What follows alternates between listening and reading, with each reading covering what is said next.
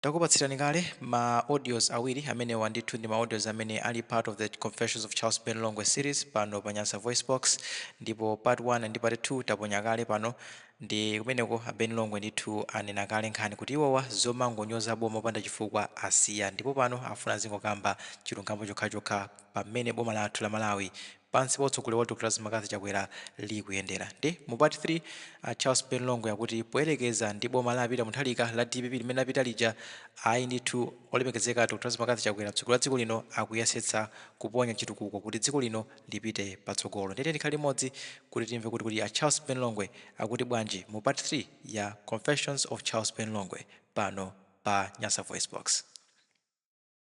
Ikulanduleni okondedwa omvera lero lino pa 29th of May 2024, and it happens to be on Wednesday, while my time says 37 minutes after 13 hours mchigawo chimenechi chakumasana, ndipo mbwalo limene limulindine sa Charles Ben Longwe kuchokera ku Malawi Face Independent Coalition for Civic Education, University of Hard Knocks bwana, kuphunzitsa anthu kugabadula mitu, kuyikonza, kuchapa, kukwecha ubongo, kuobwezeresa ndi kutseka anso. Ndendi kunoko kuchikweza kwake University of Hard Knocks baba, kuphunzitsa wanthu, kuwatenga anthu konza bwino aziona anthu ngati anthu osamaona anthu ngati mitengo. Zimenezo Bible lidakana kuti osamaona anthu ngati mitengo. Ndendili pano kukubwereserani audio china chimene title yake ndi Confession Part 3.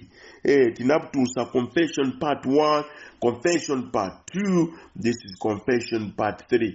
Ndisanapitirire ndifuna ndingolengeza chinthu ichi. Ben Longwe, ine pano Ben Longwe, ndizakhala pano ndikuyankhula zabwino zimene boma likuchita, zabwino zimene zilipozo. Ine ndizakhala pano kuziyankhula ndikuti dziko limvese, kawinamva kuwawa, kawinamva kunyung'unya, kawinamva ine ndine phalava panyenye mkolongo kwathu ndi kunkadabe. Pakanyenyera ndekuti zili bwino, ndekuti ntchito yanga ikugwirika bwino. Pakawawa ndekuti zili bwino, ntchito yanga ndikuyigwira bwino. Ndipake ndili phalava panyenye mkolongo, soiza kuti chimene ndichiyankhulecho kapena chimene machiyankhula chimawawa ndithu. Olofune usafone chimapweteka ndithu. Nifaja ke ya DPP akangomva audio yanka amati chotsani kugulu kuno chotsani sidifuna timve zimawawa ndithu. Zima nyenyera kunyenyera. That is why panyenye mkolongo ine ndima yankula zinthu zona kuti enake zima nyenyera kunyerenyetsa koma zingokanda kunyerenyetsa ndeine amene pakuyenera kuti ndikamayankhula ndikamaliza audio yangayo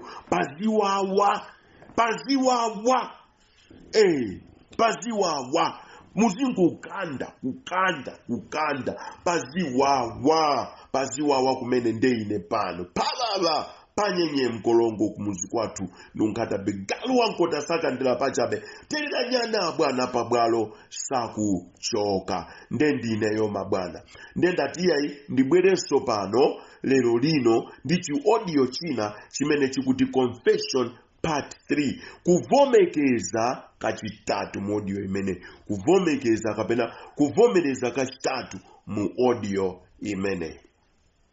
Kodi uvomeza chani kodi chimene ndikuvomereza ine Ben Longwe chani? Chimo. Kuvomereza chimo. Tikuvomereza kapena ndiku chifukwa ndine ndikuvomereza chimo. Whether you like it or not, ndikuyenera kuvomereza chimo. Ndilivomereze, ndinachimwa ichi, ndinalakwa yapa, ndivomereze chimo. Kulivomereza kuti anthu adziwe kuti chimo lake kodi lankulamenditi la chimo langadu ndine. Ndivomereze chimo. Maaudio atatu amene wotsatirawa ndi wovomereza chimo kuchokera pansi pa mtima. Ndendifuna ndiyankhule momveka bwino kuti ineyo ndili pabwalo limeneli mpaka 2025 tidachimwira anthu ambirimbiri ena amene amatiuza ma information nga DPP. Now listen to me. Use your logic or use your common sense if you have, if your senses has common. Alright? If your senses has common, ngati ma senses zako alibe common, it means you don't have common sense. Alright? You cannot have common sense if your senses don't have common. Now, use your common sense. Your obrangata. Use it. Muzifunse kuti kodi wa DPP ankayankhule chani za MCP lero lino. Be honest. Ukhale iweyo honest pa iweyo weka posakhala gulu la WhatsApp, kapena gulu la Facebook, kapena gulu la gulina useka mpingo kachani koma iweyo weka ukakhala uzizifunsa kuti kodi awawa a DPP angankhule chani za MCP. Maiona, I like Mzomera Ngwira and I caught akuti ife amene tili ku opposition ife oloboma litakhala kuti likuyankhula zinthu zabwino likuchita zinthu zabwino ife sizamikirapo koma zabwino zawo zija kuzitembenuza kuti zikhale zoyipa chifukwa ifeso mboma mutikufunamo. That is being honest.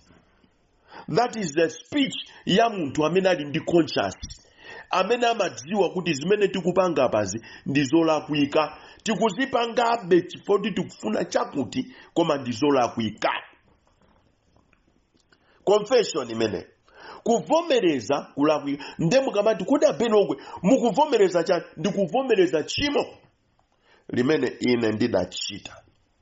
Ndipo chimo limenero it will cost me kuti anthu amene ndinawachimwirawo amene wo ndiziwapepesa tsiku ndi tsiku, every hour, every day, every week, every month, every year ndiziwapepesa abe chifukwa ma audios iwa ndikuonabe kuti sakukwana. I'm owing them a lot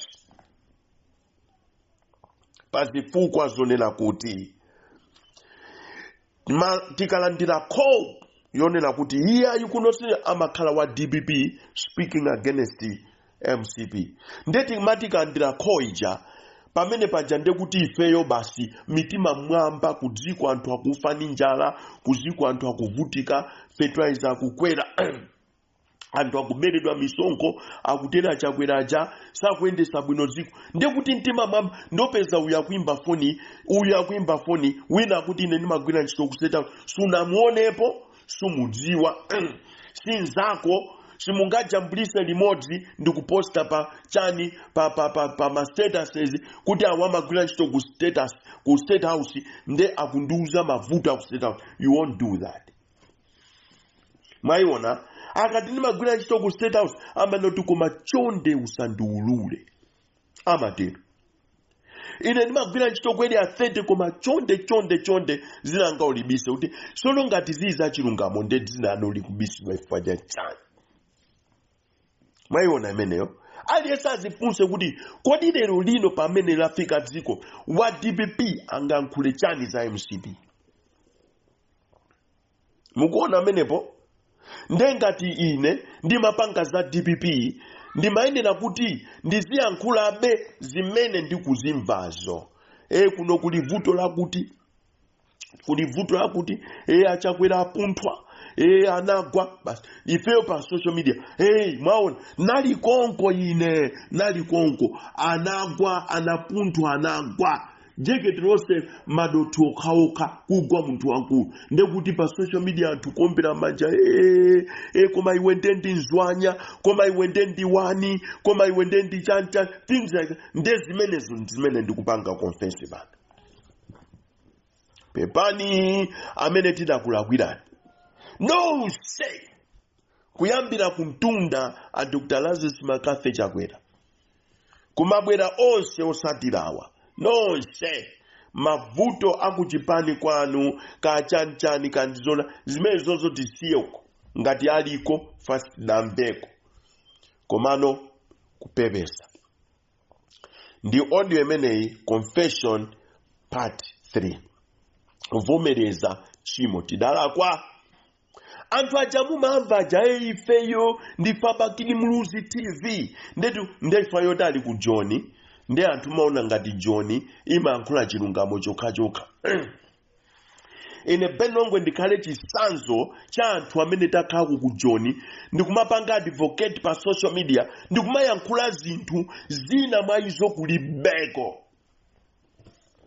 Nupasani chisanzo ndinanenapo natusapodiyo ndinanena kuti Chakwera atangowina zisankho anakhala 6 months ali kunyumba kwawo asanapite ku State House. Kumene kuja ku malo mwa Chakwera kumapita sing'anga osiyana kumene kuja. That was me. Komano funso ndona kuti did you see it happening? No. Udaona asing'angawo ali kumene koko? No. Mzituza sing'angazo ali ku State House akupanga zawo. Do you have it? No. Ndiye munazitenga kuti hapa social media cause ma propaganda ochoka ku DPP ochoka ku opposition ofuna kugwetsa. Eliminating the leader amene mulungu wa mujusa. Kodi si awa ma prophet amana kuti Chakwera azakhala president boma ili likupita manja mwa Chakwera basi Chakwera atenga boma sada wanyemere ayambano kuti Chakwera boma limene liligwa mulungu akukanani inu kukonda ndalama. Let me confess here. Kuna kuti zambiri zimene timayankhula 3/4 sizinalizona because I have discovered zimachokera kwa anthu amene boma kulifuna. Amatiuza zinthu kapena amandiuza zinthu zimene kulibe. Umboni onena kuti zimene umankhula kulibe ndiziti ndi Muzomera Ngwira. Mena amayankhula kuti oloboma lichita zabwino ifeyo timapeza bezifukwa timazipanga zabwino zawo zikukhala zoyipa chifukwa nafenso tikufunamo mbomamo. Ndi amene akufuna mboma ayambe ma propaganda. Amene akufuna mboma ayambe ma propaganda apeze zifukwa zo ndifake tizipanitina tangoyamba kumene zifukwa alibe. Zifukwa zambira zipanizo alibe. Efe tikasatenga boma tizatere zifukwa alibe kuti mumve fundo za usizi kukwanira. Pachichewa chomveka bwino timati berera nde kuti sizi kukwanira izi zimene zili apapa sizi kukwanira ndi berera ili ndi machenje sizi kukwanira nde akakhala pamodzi ndikumaoneka ngati anthu komano zimene akupanga ndizo zomvesa chisoni kwambiri. That was me before.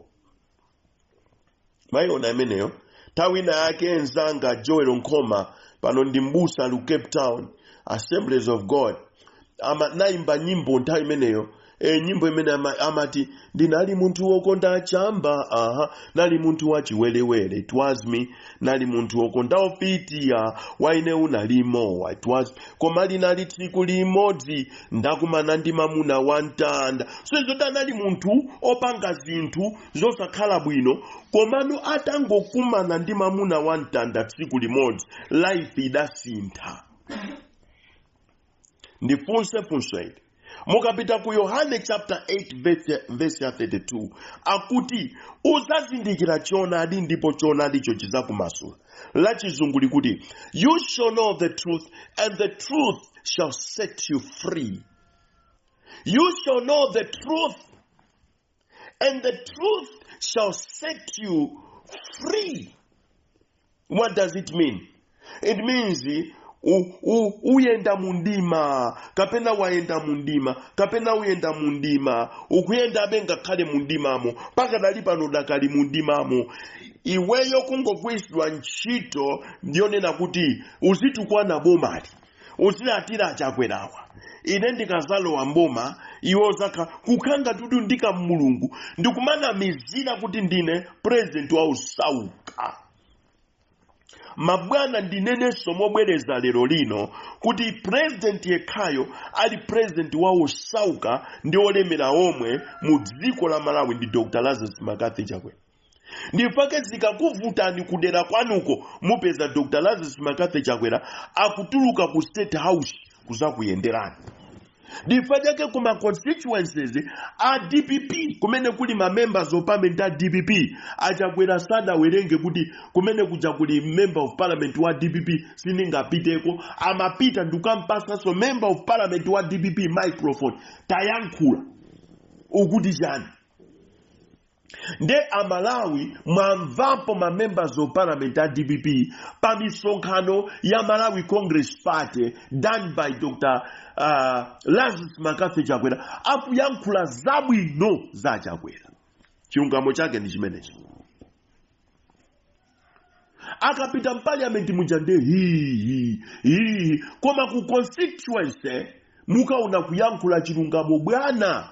Inuyo kundiyendera ine kuno kulira ma members of parliament at DPP kuona president wa chipani china kwaendera ku constituency kwawo. Tifanya president undu wa dziko lonse sizanu zija zosankha mitundu zosaenda. Tipini yawo kumachita kupereka kwa anthu olima garden boy. Tipini yanga ikawode usipa uzikagulisa ukawode usipa ku blanta ukagulise kulikoma. Ndizimene zimachitika vice versa ingamwene. Ukagule mpunga kuchani kumachinga. Kapena ukagule mpunga kudowa ukagulise kukalonga. Ndizimene ampanga apitani. Tipini yanga ndi kawode usipa kunkhata ukawode usipa kuncheu ukagulise kunkhata vice versa man zinthu kumangoyenda mwa vice versa kumadabwa kuti what is happening here. Mayona ifeyo ndikuzakweraso imene mayona anzathu afuna lowe mboma kuti tipini yawo ijazika kugwisa ntchito ma garden boy mamed mananis azika kugwisa ntchito tipini ya president akati azimanga maloji azizipaka penti akazipaka penti yo basi akatelo choncho azizikhala pa payroll. That's it. Basi kuendesa kwa boma ukhala kumeneko. Tienti zingo panga ni ujeni hapa moma la banana likale banana republic. Lero ambiri akwiya chifukuka choti zaulere zimene amalandira masalale zamene amalandira osagwirira ntchito zimene jazidayima ndi boma laketi. Mayona ameneyo nde palibe wa DPP amene angankhule zabwino takafuseni muzomera ngwira kuze. Munthu wa DPP komanso kwawo kukakhala kwa chinakanaka kumulachi abwere pa social media iye wa DPP komanso wa kwa chinakanaka kumulachi muti angankhule chani angayankhule chani zokuza boma limene lilipoti. Munthu yakuti nde wa Ford nde akakhala wa Ford ayankhula chani za boma limene lilipoti. Munthu uyo nde adamuchotsa unduna kumuchotsa unduna iyeyo so si member of parliament alibe chili chose si wa kuchipani kuti mwina ali ndi udindo kuchipani akagwirizirako uchipani azikapitiza zawo iyayi kungokhala munthu wampangadine ndikupasidwa udindo ndi Chakwera tabwera ni mukhali apa activist mukugwira ntchito tu inu yotamandika takana pamuyendese nupeza kuti zimene jasugwendesa nde iweyo ndikuchotsedwa mwachipongwe Olemekezeka because all the time you were thinking kuti ine ndi good boy chifukwa maona ngati kuti zimene onkapanga zija zinali za good boy lero ndifuna ndikumasuleni lero zimene onkapanga zomaona ngati za good boy zisangalasa wina aliyese kapena kuti a president yo asangala nawo kuti mwakuti olo ineyo pamene ndili pano I don't know kuti a president amasangala nane olo ayi I cannot tell you because I don't know. Mwina suzomwe ndikupanga zuma Nyasa so kumene aliko. Mayona ameneyo. Nde iweyo wachitika mwayi Timothy Ntambu tabwera kuno ukhale apa. ukuzigwira ntchito iyi iwe ndiye kutengera kuti poti ndi mapanga mademo ndepa mademo amene aja anathandiza dziko lino basi ndizingokhala ndisamagwirenso ntchito iliyonse ndizingodya ndalama kuchita demand mabiliyoni. Mwayiona ameneyo ndala kungokuyang'ana alipe anatenga dzanja lake linali ndikulika patsaya kumangokuyang'ana kuti kodi awawanso timaona ngati ndi achanko.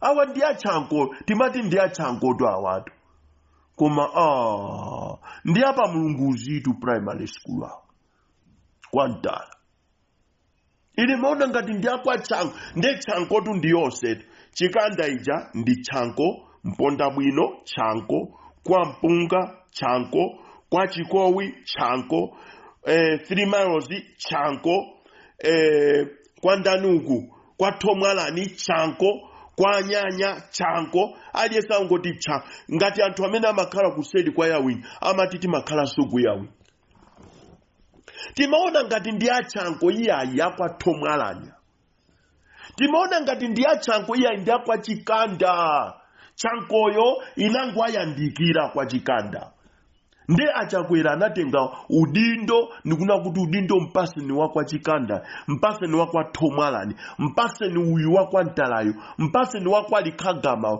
mpaseni uyu wakwa chikowi mpaseni uyu wakuna mikango mpaseni uyu wakwa jaliyu mpaseni wakhonjeniyu mpaseni wakuswang'oma mpaseni wapachisi wapakachulu mpaseni nde kukupasa udindo iwe ndikulephera kugwira ntchito ichi ndikuchotsa awatachotse sakutithandiza mbomali kutuluka panja amene aja sadziwa kanthu masotsa dziwa kanthu ndiwe ukanakhala odziwa kanthu akanakuchosako mboma sakanakuchotsatu anthu amachotsedwa pa unduna wina ndikupasidwa unduna wina kuchoka pa undunawu kupatsidwa achina Richard Chimwendo Bandacha muzaona amene anali pa unduna wanji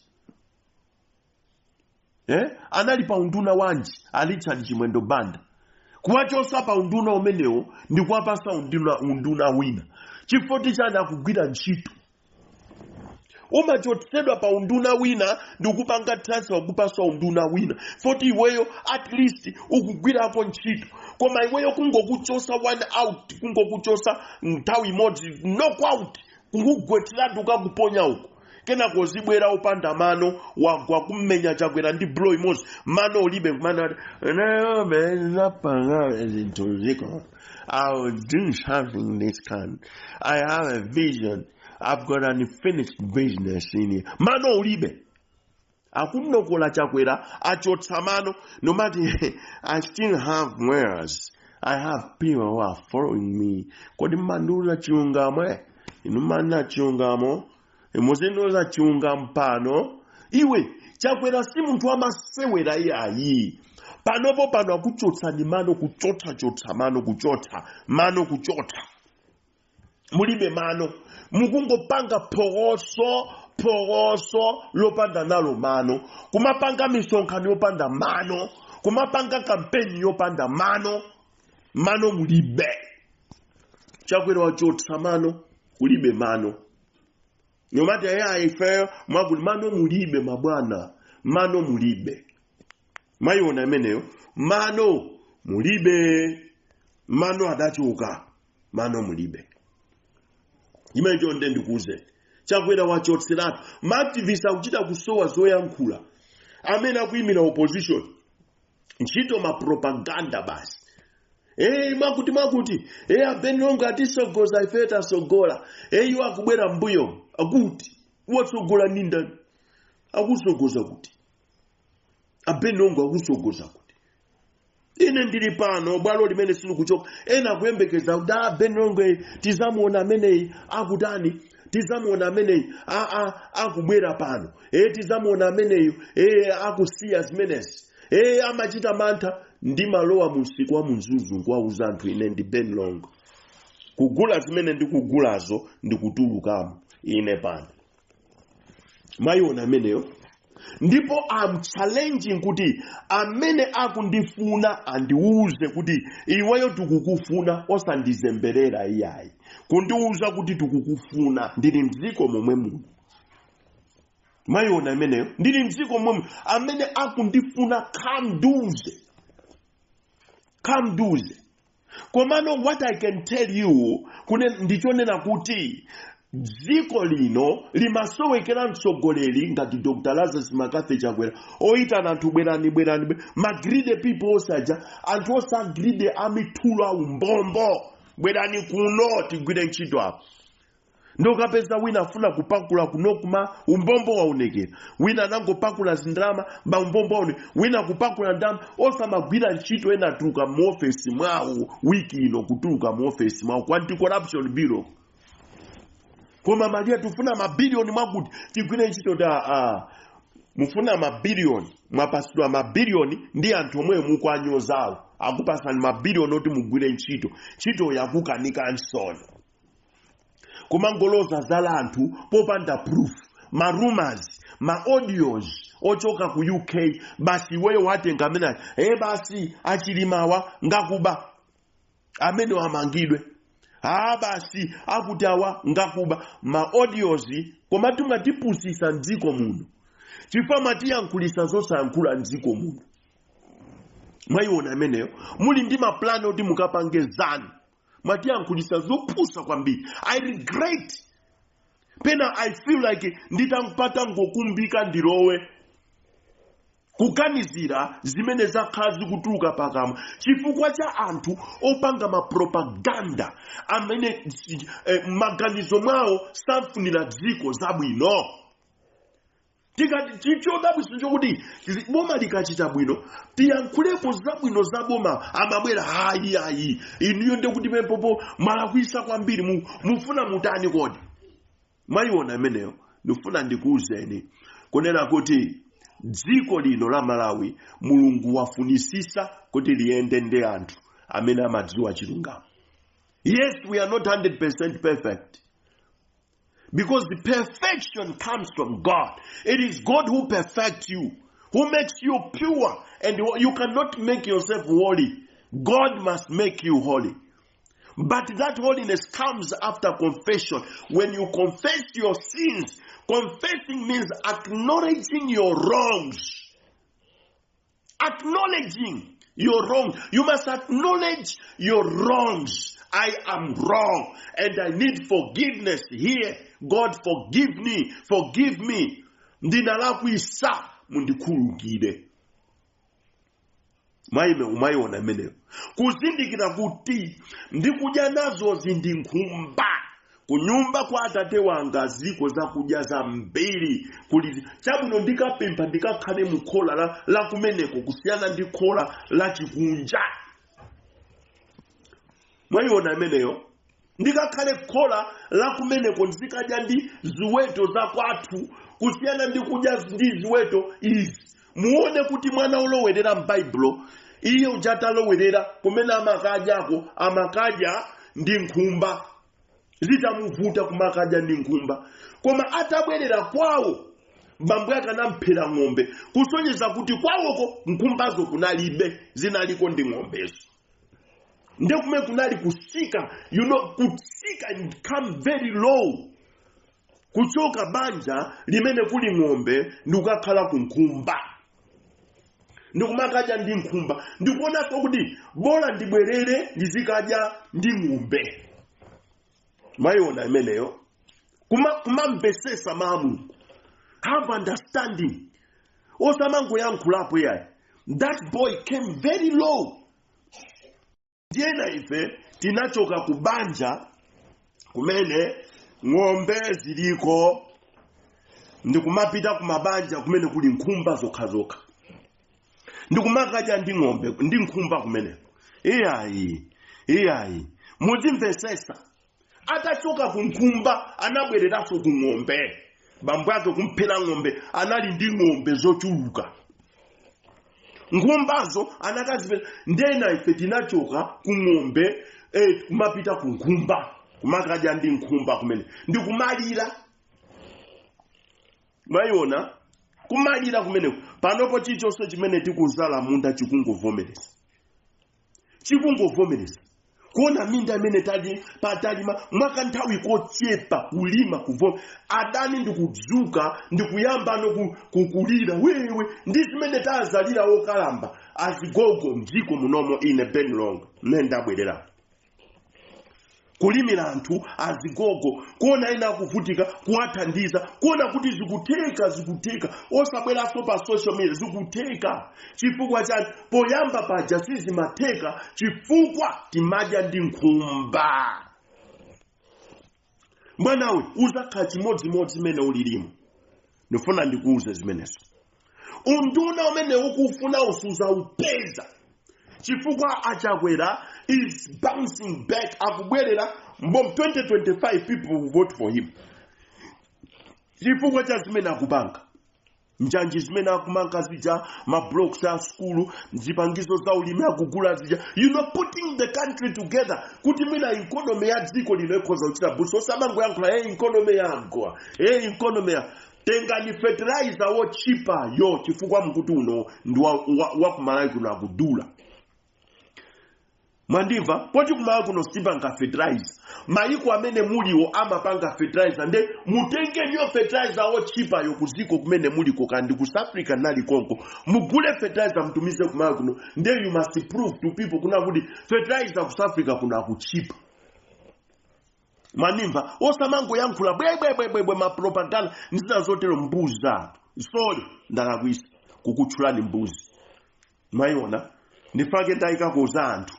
Ndinu anthu ngakhale muli mbuzi ndifake ndati mbuzi zanthu sole kutchulani kuti ndinu mbuzi komano pokutchulani kuti ndinu mbuzi ndachula kuti ndinu mbuzi za anthu ndepepani pokutchulani kuti ndinu mbuzi chifukwa ndinu anthu mwaiona sentence imene mabwera ndi correction the very same time mbuzi za anthu mwaiona mene muntu kamanya kuti fertilizer kudula ku Malawi koma uli ku South Africa that means ku South Africa ku fertilizer kuchipa ndeta gula ni fertilizer o chipa yo mumbwerese ku Malawi kuno nde muzimugulisa muziti taona ni fertilizer wa ku South Africa mene akuchipira